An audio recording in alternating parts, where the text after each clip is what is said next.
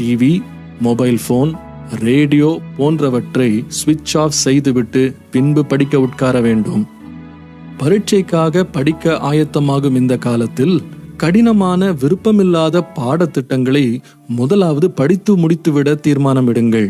உங்களுக்கு பிடித்தமான அல்லது எளிதான பாடங்களை கடைசியாக படித்து கொள்ள வையுங்கள். நீங்கள் குறித்த காலத்திற்கு முன்பதாகவே ஒரு குறிப்பிட்ட பாடத்தை படித்து முடித்து விட்டீர்கள் என்பதற்காக எஞ்சி இருக்கும் நேரத்தை வீணடித்து நாசமாக்க வேண்டாம். தொடர்ந்தேர்ச்சியாய் நீண்ட நேரம் விடாமல் படித்து கொண்டிருப்பதை நிறுத்திவிட்டு அவ்வப்போது சிறிய ஓய்வு எடுத்துக் கொள்வது தவறல்ல. இரவு முழுவதும் தூங்காமலே படிக்க உட்காரும் கெட்ட பழக்கத்தை விட்டுவிடுங்கள். பெரிய தொழிற்சாலைகளில் இயங்கும் இயந்திரங்கள் கூட சிறப்பாய் வேலை செய்ய வேண்டும் என்றால் அதற்கு போதுமான அளவு இடைவேளைகளும் ஓய்வும் தரப்படுகின்றன.